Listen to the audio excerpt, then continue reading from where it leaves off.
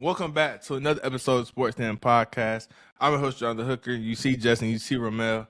So you already know we're going to give our predictions for the college football playoff. So, guys, this is last round before the national championship. First matchup, Miami versus Ole Miss. Who do you guys have? I'll go first. Yeah. Miami versus Ole Miss right now. If you want me to give my prediction up front, this is not because I think one team's just leagues better than the others. I'm picking Miami. Score wise, we'll get to that later, but I'll say I'm picking Miami just because I said this before, and I'm gonna hold to this. Defense wins championships, and this year that's what's gonna happen. The only offensive game we've seen in that four playoffs games in the quarterfinals is Ole Miss Georgia, which was expected. I think we talked about that on this podcast too, where we said if there is a high scoring one, it would be this one. But in a general sense, like defense is gonna win championships. I really expect Mesidor and Bain to be flying after Chambliss in a way that he has not seen all season long.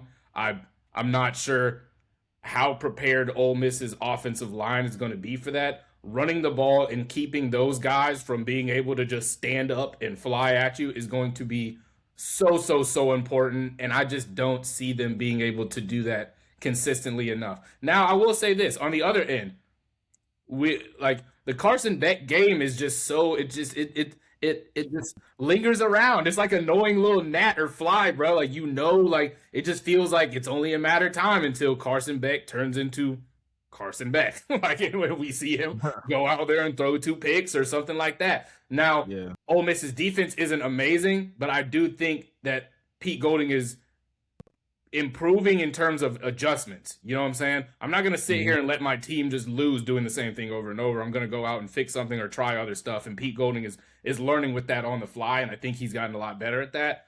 But I don't see them getting enough stops. I really think Miami's going to run the ball a lot on this team, like Georgia should have, and be able to put this game away that way. Okay, score. Ole Miss is going to score points. So I'm going to say they're going to get 21, and then Miami gets 35. So, no, we're not doing that. Next. 35 total, I'm not buying that. Not going to lie to you. That's not crazy. I think that's very feasible. Miami plays great defense, but I do think Ole Miss, like their offense is so good, it's like I can't sit here and say they're not going to score nothing. Like they're going to put something up. Miami's scoring 35. Ole Miss's defense, y'all scored 39. Ole Miss's defense is not good. I mean, 34. Like, yeah, Ole Miss defense is kind of sus. It's not very sus. Good. It's just not. It's not stopping Miami. You know what I'm saying? Yeah. Fletcher's out there running, bro. Like they stopped y'all's run because y'all kind of gave up on the run. Like I'm not gonna stop. Yeah. But I do think Miami's going to run the ball on them and well. And if not, CJ Daniels and them curls are going to be open, like, bro. So. But I said they would eat. I probably should. I might lean Miami. I think because their defense, like Justin said, their defense is I think the best in college football in the playoffs right now. Pass rush is low key is insane. They even if they don't send blitzes, they still can get there with just 4. You know what I mean? And I don't think Trinidad and the boys have seen a D line this ferocious. You know what I'm saying? Like they got guys that can like get to the quarterback with like speed and finesse. I also think that like with Miami, I think they're gonna exploit Ole Miss's rush defense the way that Georgia should have done in the second half. Just kept going. I think Fletcher's gonna have a really big game. I think Beck will have another game managing. No turnovers, dump offs. Check downs. Short media routes, nothing too deep. You know what I mean? So I think we're gonna see that again. My score, I would say 27-24. I think Miami probably wins on like a walk-off field goal. Okay. Yeah, I could see that. Okay. Nah. I'll say that Bain and Mesidor will make it very, very hard for Miami. I think Miami's offense will become a clutch factor in this game. I think Carson Beck, I think Carson Wentz is going to take a deep shot this game for sure. I think he connects on You're that. gonna have to. Yeah, and I think that Carson Beck will do that, and I think that that's going to be the deciding factor in that game. And I think Miami wins. I think Miami wins 31-27. Okay, y'all got it closer to me. I just don't see. I don't see Ole Miss like this. That defense showed me something from Miami, man. Like they come out feeling good, all that other stuff. Like they are jumping, flying around, all like, dude, they are moving. Like, and if there's turnovers in this game, which I think there will be, I just don't think Ole Miss is gonna get the chances that they want. Yeah, that's why I have it a little closer. I think there will be like at least a fumble, maybe like a unlucky interception. You know what I mean? I think that will probably be the reason why I have it so close. I think they'll probably be. I think both teams will have a turnover each, which will make it a little closer. Yeah, I guess I see Miami playing super complimentary football and dominating time of possession in a way that Ole Miss just doesn't have the chance to score as much as they want. Right. Yeah. Well, I think that's a Miami sweep from us. That's kind of crazy. I spent this on us. Yeah, flipped it. But don't worry. Next game up will be very deciding. Oregon versus Indiana, a rematch. Early in the regular season, Indiana went into Austin Stadium and played the Ducks, and they came out with the victory. Fernando Mendoza had a late turnover, but came back and responded very well and helped the Hoosiers get the win and helped Kurt Sengeti get that signature-defying win in his era so far here in Indiana. So, what do you guys have? Like, Romell? You know what? I'm gonna go Oregon. Okay. Yeah, I'm gonna take Mr. Landon, his first ever Natty appearance. I think this is Oregon's first since Auburn when they played Cam in like I think 2010. So like almost a decade ago. Crazy. I like listen. I think it's like I've said this a lot to a lot of people. I think in college football, it's very hard to beat the same team twice in college, more so than the NFL. You know what I mean? Yeah. I think it's very hard to beat the same team twice, especially when you look at the film earlier in the year. You're like it was a good game all the way to the fourth. And Indiana just pulled away in Eugene. But I think with Oregon, I think they're going to definitely try to dominate the trenches. I think that's what, in order to win this game, they have to dominate time of possession. You can't let Mendoza and them start clicking early. You have to punch them in the mouth straight out the gates if Oregon wants to win this game. And I think they will. I think they have the D line. I think they have the O line to do it.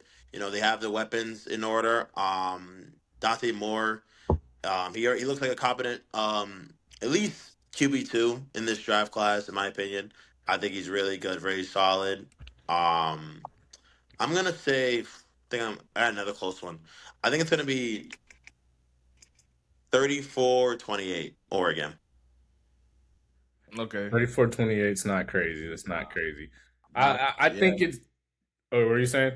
Oh, go ahead. I was gonna say the last time I remember I had to look it up, make sure I was right. The last time Oregon was in that championship was like the first ever college football playoff, bro. And they played. Oh, really? State. Yeah. Yeah, we played Ohio State. Yeah.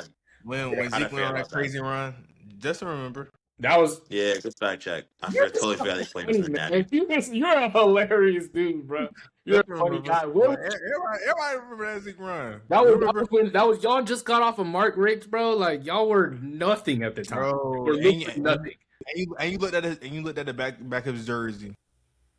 Anyways, let's go. This is crazy, man. This is a crazy man. He loves being spicy. But yeah, that was the last time Oregon was in a national championship. I remember the game before that was the crazy Jameis Winston falling, slipping, fumbling play. Like, yeah. Yes, I remember. I remember that. That was that playoffs. Like, that was crazy. That was a crazy playoffs. Like, Cardale, Ezekiel Elliott, Michael Thomas. But yeah, we went through 4 quarterbacks.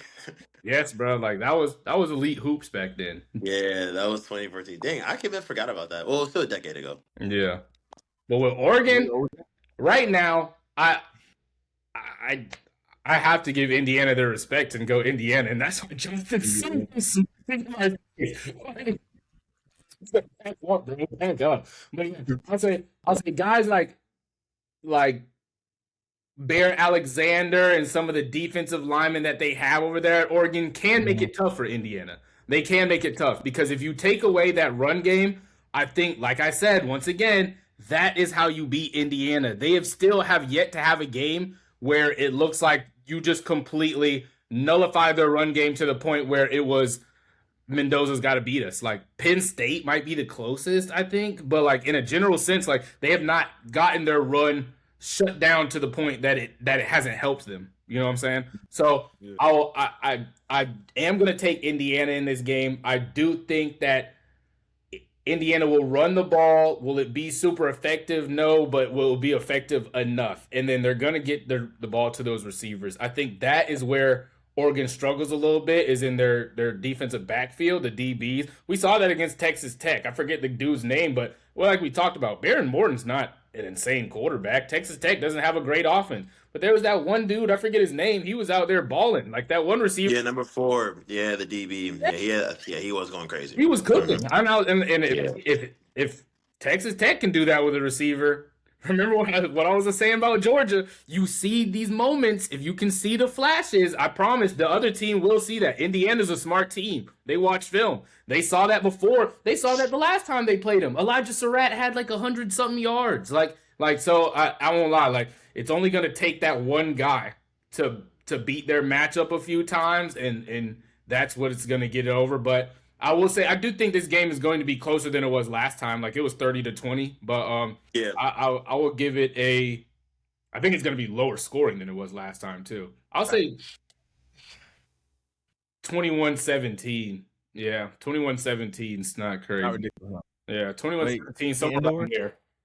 No, they're indoors. Nah, Yeah, they're in the Peach Bowl. Oh, not going there, Atlanta during that time. But not going there Friday. I'll say this. I think Indiana will win, but I want the Oregon upset. But I do believe that Indiana does want. I think Indiana will pull it out, but I do want the Oregon upset. I repeat, I want the Oregon upset, but I think Indiana will win. I think that Indiana, they're just too disciplined. They're too. It's like Romell says, it's hard to be a team twice, but they're just a team that just knows who they are. Like if you have a team that knows who they are and they don't overextend themselves on certain things, they make sure they stick to their principles throughout 4 quarters. They've done it consistently throughout the whole year. I got to give my credit where credit is due, and I think Indiana does that at a very high rate. I think Indiana will come out with the win. I think the game will be 24-20. Yep. Yeah, this game comes down to coaching. Like you got two of the top 5 coaches in college football, Landon and Signetti. Literally, whatever coach does the better play calling, puts their best players in the best position, is gonna win this game. And whoever has the less turnovers, like you know what I'm saying, all comes down to turnover game. That's Whoever exactly. can make the least amount of mistakes will win this game for sure. But the thing is, though, the NFL will be watching because Dante Moore and Fernando Mendoza get ready to. Oh yeah, it's the battle for It's like the QB1, QB2 battle for this draft class too. Yeah. Well, if Dante doesn't enter. Yeah, get ready to learn combine interviews, buddy. For sure. But yeah, I'm with Romell. Like, if I'm given 3 keys to the game, coaching is number 1. Which is going to come out with a better game plan towards beating the other one. You can't bring out the same thing you did last time. These teams are too smart for that to work. 2 turnovers.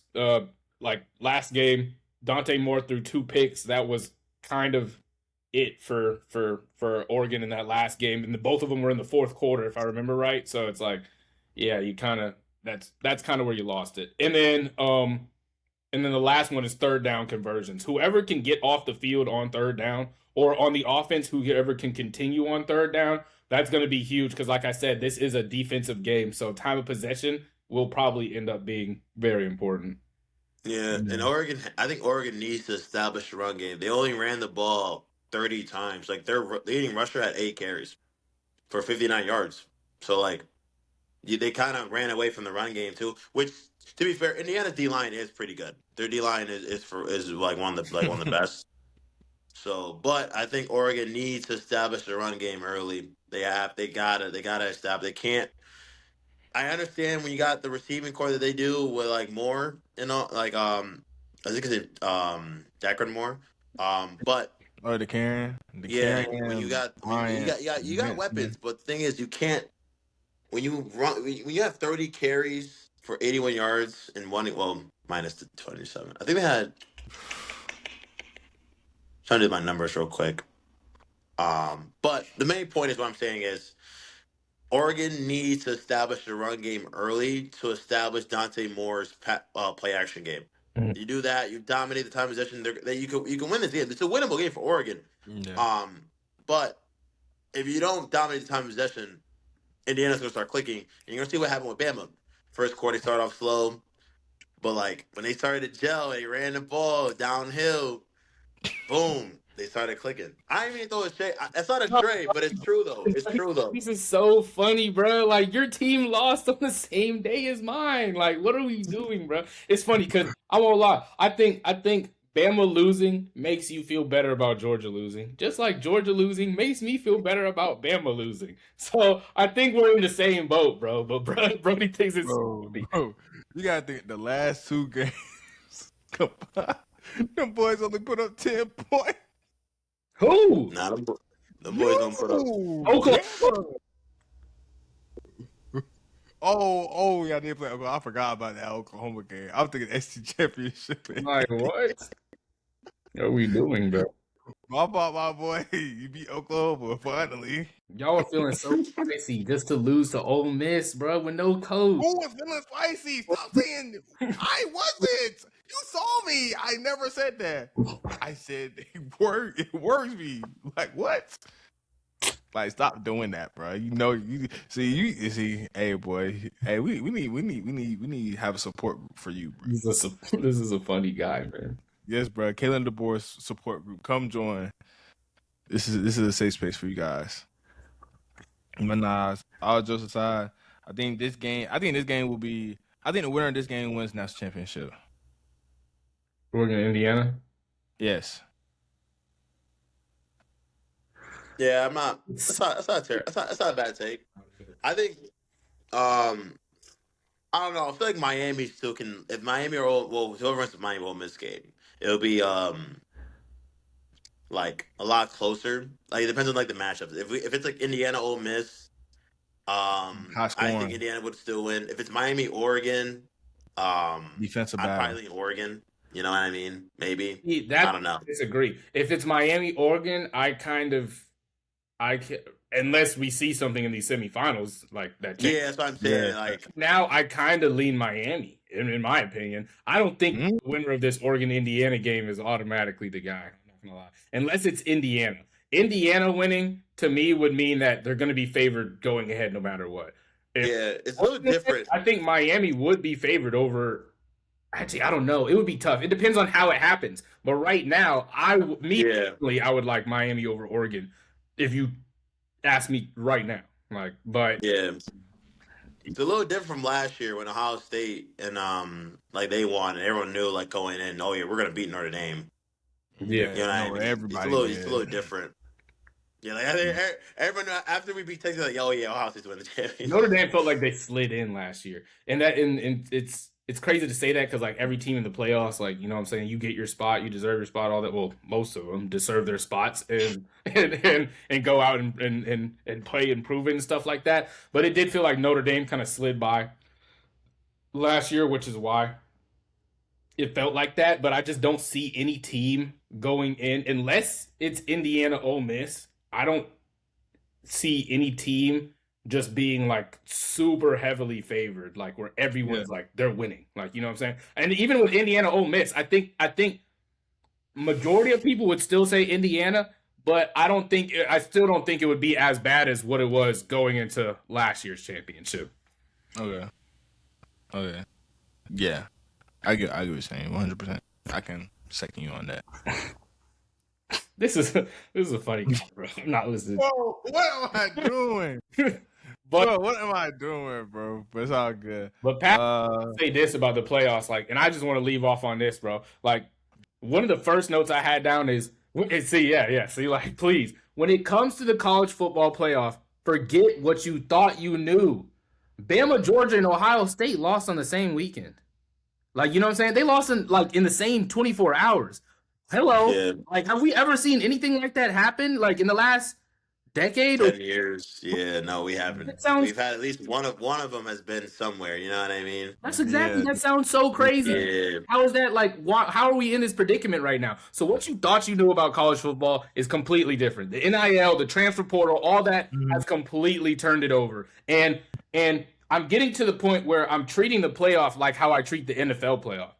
Once you make it, you're 0-0. What happened in the regular season no longer means anything. Like we predicted, me and you sat here and predicted Bama, Ohio State, and Georgia to win because of what we know from the past. Because of what we did. From Oh my God, we don't know ball. We don't know ball. Yeah, no, wait, y'all. I wasn't taking no Bama. I don't know, y'all. Like it. I wasn't taking no DeBoer led Bama to go far. I ain't gonna. Yeah, he's like he's trolling. No, Yeah, he's trolling. No, I had Bama going. I had Bama beating Oklahoma, but then I had y'all losing Indiana. But like that's what I'm saying. I ain't had y'all going that far. Yeah, like, I ain't gonna lie. I respect it. Like people sat there and told me, and like I didn't want to believe the Mendoza stuff, and I still like once again I'm not going to get into that again. But like in a general sense, like Indiana showed us. But like what I was saying is that like what you thought you knew about college football is done. So I'm starting to treat it like the NFL. When you hit the playoffs, I don't care what you did in the regular season. This is a different game. The 8-8 Giants can beat the Patriots. We saw that. Like these teams can go out there and do these things. Like the teams that we thought weren't there. You know what I'm saying? Ole Miss doesn't have has an interim head coach technically. Like this is half their staff got 1 foot in, 1 foot out the door, ready to go to Baton Rouge as soon as they lose. Yeah, exactly. Like this is truly like once you hit playoffs, it's 0-0, bro. It's a completely different game. You cannot judge it based off of what you saw throughout the regular season. To an extent, you have to take it with a grain of salt. I guess is the best thing I can say. Like you can't just sit here and be like, "Yep, what we saw is what we're gonna get." It's not anymore. So this is great. I think this is great for college football. As much it paid me to see my Buckeyes and then my alumni lose, I still think this is really good for college football to see like different programs that we used to like. People used to make fun of growing up. Like me, I used to make fun of Miami. You know what I'm saying? Yeah. Ole Miss is never that good for like in the 2010s, and now like Indiana's like this powerhouse team on the come up. You know what I mean? So I think this is good, even though it sucks to see our teams are not. Yeah. They're in Cancun. The boys in Cancun right now, but they ain't Miami, bro. Yeah, but you know what I mean. This is good though for college football, definitely, in my opinion. Nah, we're gonna end off like this. NIL is good, but I promise you cannot buy your team. Texas Tech develop some people, bro. Then come talk to us. That's all I'm gonna say. Don't forget to like, comment, subscribe, and I'll see you guys on the next one. Peace. Deuces.